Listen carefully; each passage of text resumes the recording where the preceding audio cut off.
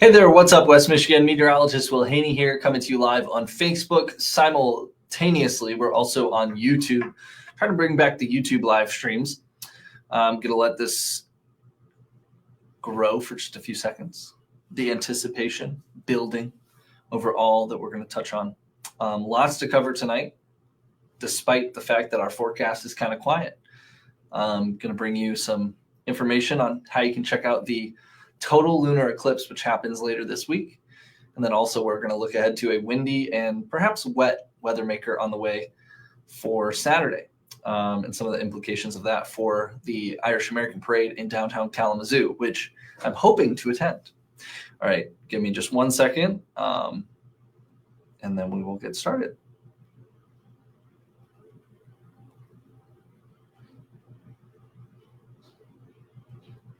All right. I didn't freeze. I'm just sharing this out really quickly. All right. So let me know where you're watching from, and hopefully everyone enjoyed today's beautiful weather. I was joking earlier that us meteorologists are pretty popular on days like today. I had a dentist appointment earlier. Shout out to Dr. Raingrass. And the receptionist and even another patient in there. I felt like, man, this is nice. Everyone was very happy with the meteorologist, but it doesn't always go that way. Sometimes we get a lot of flack as well, which is, we don't control the weather, but I'll take the popularity when I get it. All right, temperatures right now in the middle to upper 50s. We have clear skies overhead. Today was officially the first 60s of 2025. And temperatures overperformed by several degrees. So we had a high of 66 in Kalamazoo and Battle Creek, Marshall as well. 67 was the warm spot in Benton Harbor and Three Rivers. The only spot that did not see 60s, unfortunately, is up in Muskegon, thanks to a little bit of kind of lake-cooled water or lake-cooled air coming off of the water. And we weren't the only ones enjoying the lovely weather. I thought these were some cute photos. Not sure the name on this guy. This is Becky Braun's pup in Matawan, and then this is Corey Sargent out at Wolf Lake Fish Hatchery with her two pups. What were their names? Elton and Chip. Elton, the lab, Chip, the little papillon. So just thought those were too cute not to share. And you can always send us your weather photos, your cute animal photos to WWMT.com/chime in. All right, so here's where we're heading. Today we hit a high of 66. Tomorrow and Wednesday we are cooler. But still fairly tame for early to mid-March. You know, obviously this is the time of year where we start to see the sort of weather that we're seeing. Not uncommon that this is kind of like the first shot of real spring weather. Just keep in the back of your mind that while we're trending well above average, I think through probably the end of March, it's not unheard of that we may still see some snow or something like that in early April.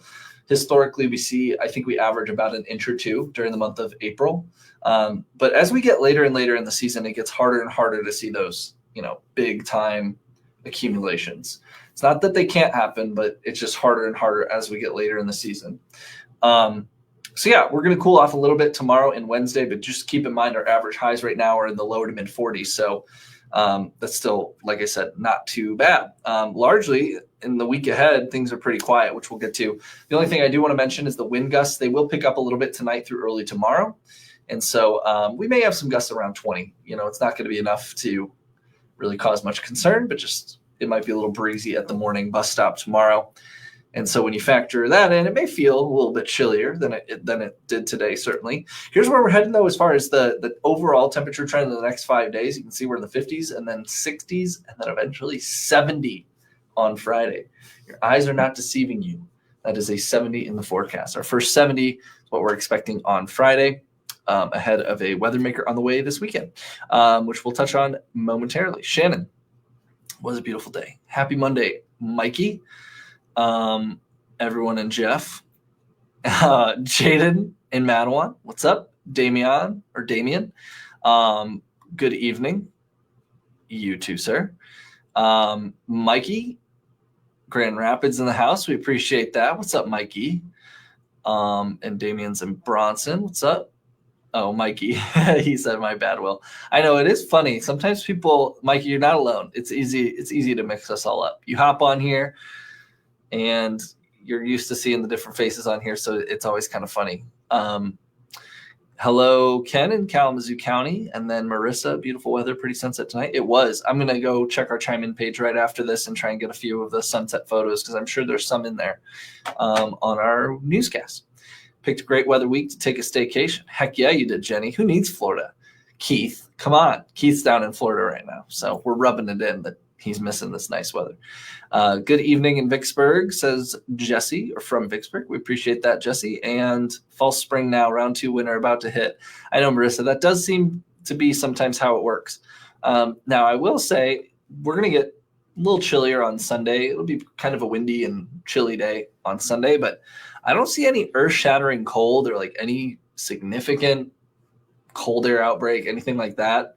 And most of the climate weather prediction centers long-range forecasts are showing above average leanings pretty much through the end of March. But like I was saying earlier, like April still can be a curveball. You can still get snow in early to mid-April. Now, late April, it can still snow. It can even snow in May, but it's just like I was saying, it's harder and harder for that snow to really actually stick that late in the season. All right, it's all good, Mikey. I don't take offense. Sammy, hello in Dowagiac. What's up? Oh, you're 5? Your name's Mariah. You must be watching with your mom. That's kind of cool. What's up, Mariah? 5 years old. Little weather junkie in the making. I love it. Jesse, is it going to be 72 on Friday? I think it'll be 70. Unless maybe you're in like Three Rivers, Jesse. Hello in Coldwater. Okay, I got to stop because I have so much to talk about and not enough time. Okay, so not only are we talking about a really nice weather week ahead, but we're also talking about the full worm blood moon. I know, crazy / total lunar eclipse. You've probably seen some headlines calling it the full worm blood moon, the worm blood moon, the blood worm moon. Don't worry. This does not mean that worms are going to start spilling out of the moon's crust and we're going to see the end of days. That is not what this means. The worm moon is just the full moon in March. Let's break this down. Let's break down this name, okay? Worm moon is just the March full moon. It gets its name because this is when worms, grubs, all those good uns start squirming in the soil, traditionally. At least so I'm told. That's where it gets the name. Then you got the blood moon. The blood moon. It rises. Okay. Blood moon sounds very scary. But it's just the name referred to what happens during a total lunar eclipse. So it's a lunar eclipse this Friday. And we're going to explain kind of what the science is behind this and how often they happen and all that. Here's the deal, though. It's going to be an early riser's treat or a middle of the night alarm treat. So if you see there at the very bottom, full eclipses from 2:26 to 3:31 a.m. By the way, those times are Eastern, but pretty much all of North America, most of South America sees this eclipse. Unlike a total solar eclipse where totality is literally the shadow of the moon racing across the Earth's surface, where that is to say one location has these specific times for totality and then totality happens like an hour later somewhere else. A lunar eclipse, everyone sees it at the exact same time because from the night side of the moon, we're all looking, or from the night side of Earth, we're all looking at the moon, and the moon for us humans on Earth. If I'm in Michigan, the moon is still going to look the same.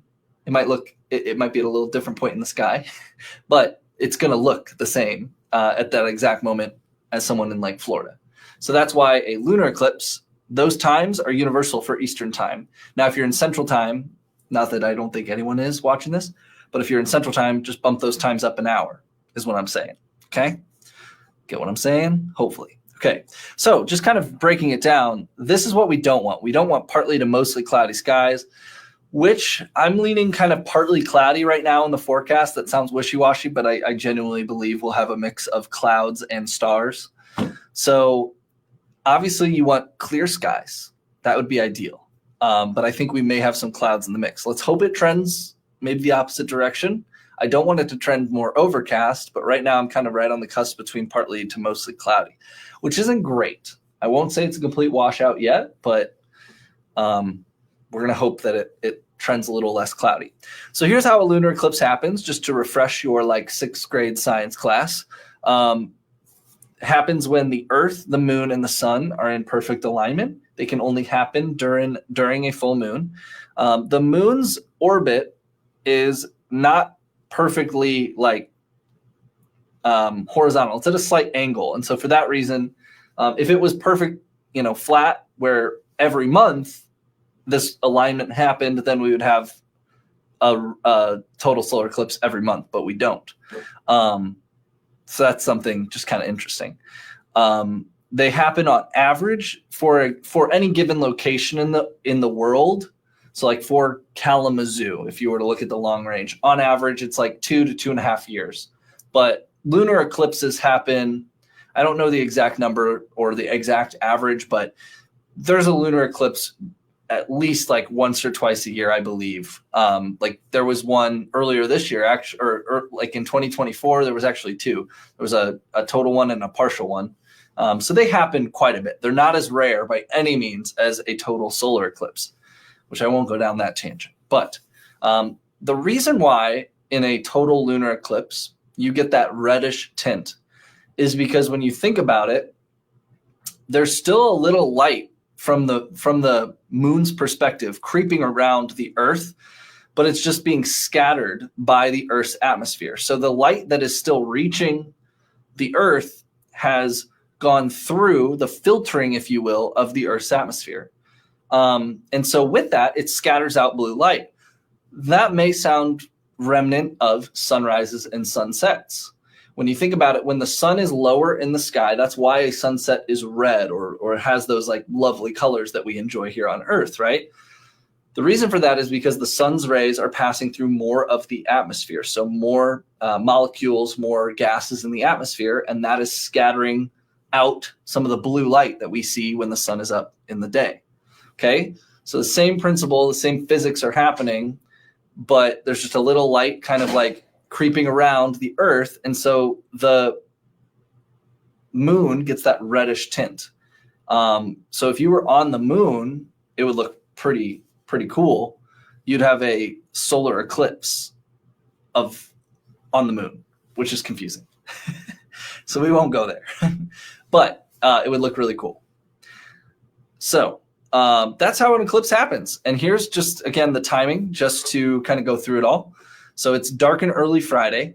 There's something called a penumbra and an umbra. Same thing. You probably heard those phrases us use with the total solar eclipse. Penumbra is that outermost shadow. It's just kind of like a slight darkening. The umbra is the darker shadow of the Earth moving its way across the moon's surface. So the partial eclipse begins at 1:09. That's where you're actually going to see the moon. That part is actually pretty cool too. So you'll actually see it'll go from a full moon, like a normal moon, and then all of a sudden throughout about an hour, you'll see the shadow of the Earth just kind of like eat up the moon. And that part is actually kind of dramatic as well, especially like about halfway through. So closer to like 2 a.m., you'll see the real curvature of the Earth across the face of the moon, which is kind of cool. It's more curved than a typical like crescent moon. So kind of neat. The total eclipse begins at 2:26, and that's where you're going to get the full-on red effect. It will continue to darken. What's interesting is it's actually, I think, prettiest right as totality is beginning and ending, because the light isn't as dark, if that makes sense. So you're in a lighter part of the shadow, and so it's like a little bit more vibrant of a red. Whereas during max totality, it's a really dark red, because it's like a darker light that you're kind of in, or it's a darker part of the shadow. Hard to explain. But yeah, I would say if you're going to try and look, like try right around the totality beginning or ending, but it's going to be cool throughout the night. And it kind of does, like the hue of red darkens and changes just a little bit. It's like this reddish orange color. So it's just really something cool. And, they don't happen all that often. The next one, though, you do see See, this is what I was saying. They're a lot more common. We'll actually have another one less than a year from now on March 3rd. But this one is arguably better because that one will happen really early in the morning, so like right around 6 a.m. And we'll only have about an hour's worth, if that. I'd have to look at it closer, but I think we might only have like an hour, hour and a half of an opportunity, and the moon will be really low in the sky, which for photography purposes could be better. But I digress. Let's just focus really quickly. I know that was a lot. I'm doing well, Cassie. How you doing? HYD, how you doing? The end of the week is going to be very warm. In fact, I think we'll make a run at 70 degrees. This area of low pressure is going to lift out of the Rockies and really strengthen as well. Now, I will say some of the trends on this don't look quite as impressive for us specifically as they were maybe yesterday or the day before. Still think we're going to see a lot of wind out of the system. I still think we're going to see some rain, but the timing could be a little bit delayed. So closer to maybe 4 or 5 in the morning, an initial round of rain lifts through. May have some embedded thunderstorms within that, but I overall think our chances for thunder or severe weather are looking a little less likely than they were even yesterday. I still have a low confidence that we could see a low severe threat. That would be on Saturday, probably in the morning. And that overall also helps our chances of it not being a significant event, just the timing. If conditions were peaking in the afternoon or evening, we'd be a little bit more worried. But overall, I think the chances of severe for us are pretty low. Now, I will say the Storm Prediction Center, I just combined 2 NOAA offices, funny enough. I'll show you guys really quickly if I can, and then I got to run. Let's pull this up. See what they're doing for their day 5 outlook, if I may. All right. So I forgot to close the door. I don't know if you guys just heard that big old bang. So here is the day 5 Storm Prediction Center's outlook. That wasn't it. That's it. So the Storm Prediction Center, if you didn't know, that is a branch of the National Weather Service. And they are based in Norman, Oklahoma. They are considered some of the leading experts in severe weather forecasting in the world, basically. So some of the brightest minds when it comes to severe weather. And this is their day 5 outlook. So they're already kind of issuing this 15/30% chance down here. The 15 is this yellow. Orange is 30% chance of severe thunderstorms or severe convective weather. And this would be for Friday. The fact that there's a 15 even in our region definitely is something we're paying attention to, because if there's a 15%, maybe a slight or a moderate risk farther south, then we could be maybe on the edge of maybe a low end risk. It's not out of the question. We could be maybe under our first low risk of severe weather for the season. I don't want you to panic or anything like that, certainly here in Michigan.